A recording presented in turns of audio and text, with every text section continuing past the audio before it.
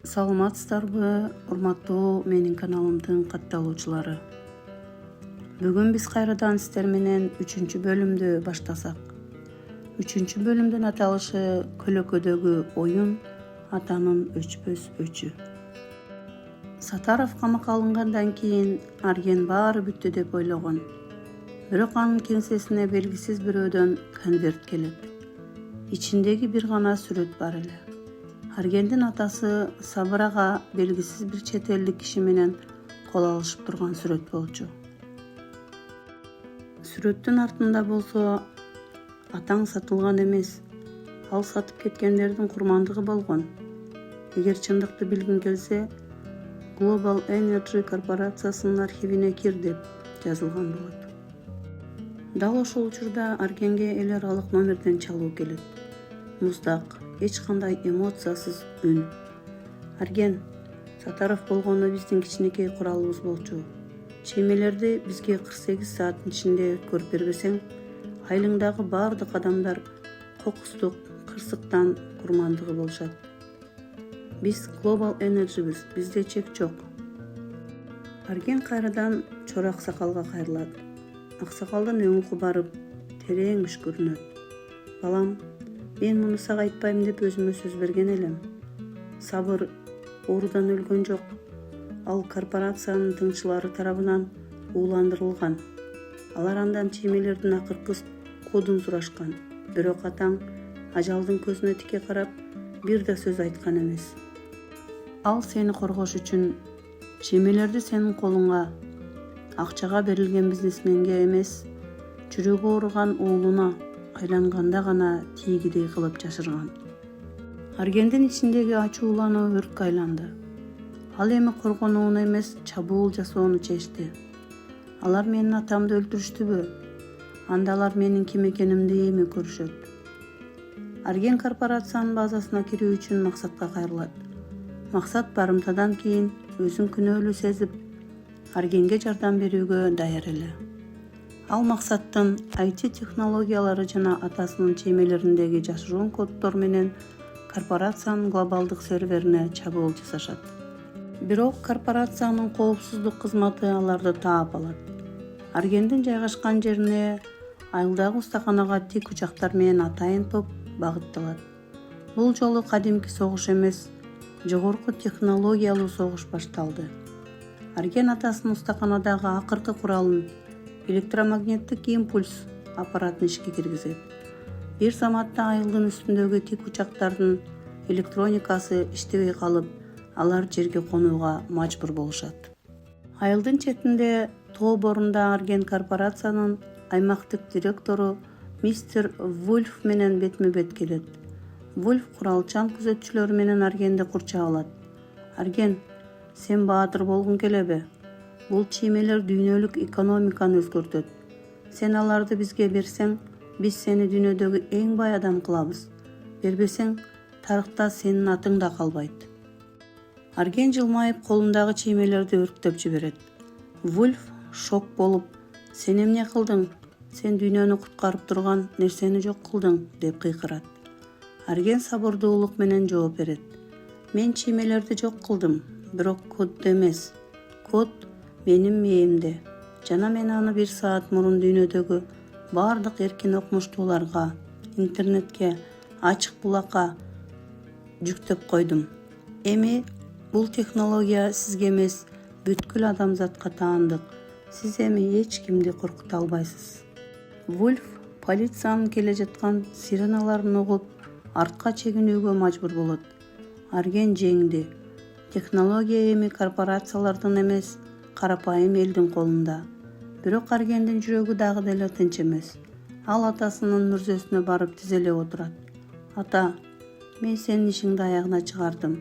Эми алар сени өлтүрө алышпайт. Анткени сенин акылың бүткүл дүйнөгө жайылды. Бирок ошол түнү Аргендин телефонуна белгисиз номерден дагы бир СМС келет. Кодду интернетке чыгарып туура кылдың.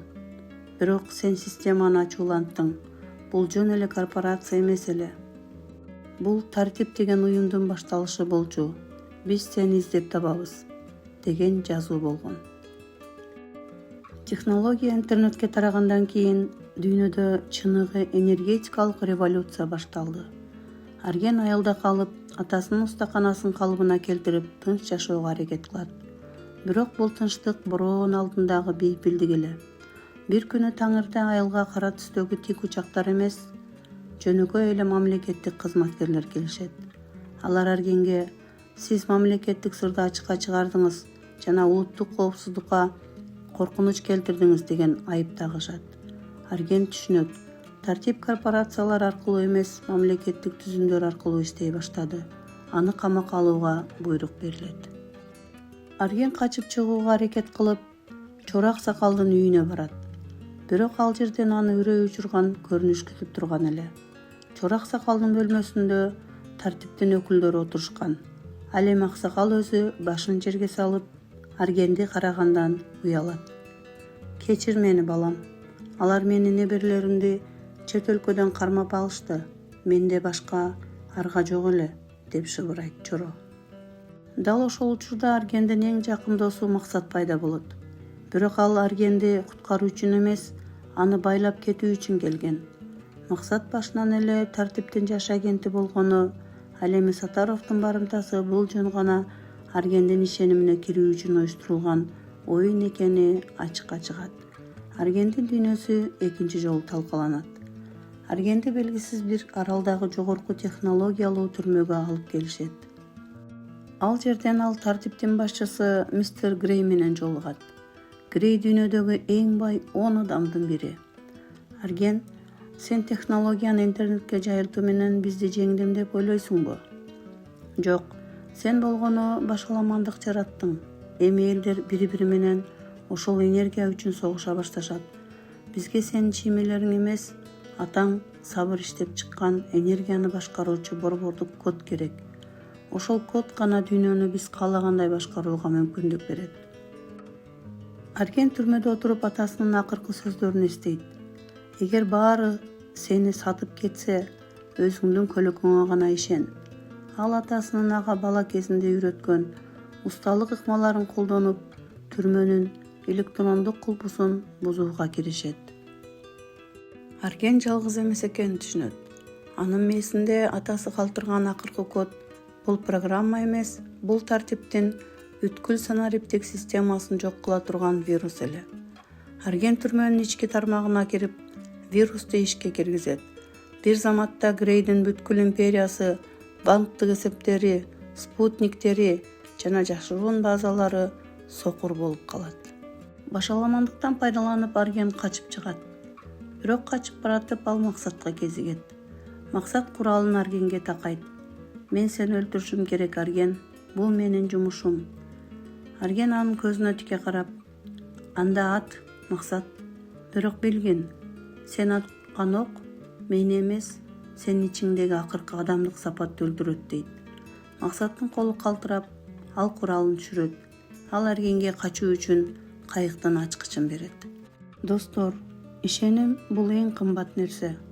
Арген эң жакын адамдарынын саткындыгын көрдү, бирок ал сынган жок. Ал тартиптин тамырын кыркты, бирок согуш али бүтө элек. Эми ал ачык жүргөн бизнесмен эмес, көлөкөдөгү куткаруучу. Кийинки бөлүмдө Аргендин жаңы командасы жана дүйнөнү кайра куруу үчүн болгон күрөш, Сабыр устанын эң акыркы, эң коркунучтуу сыры ачылат. Каналыма катталып, ой пикириңизди калтырыңыз.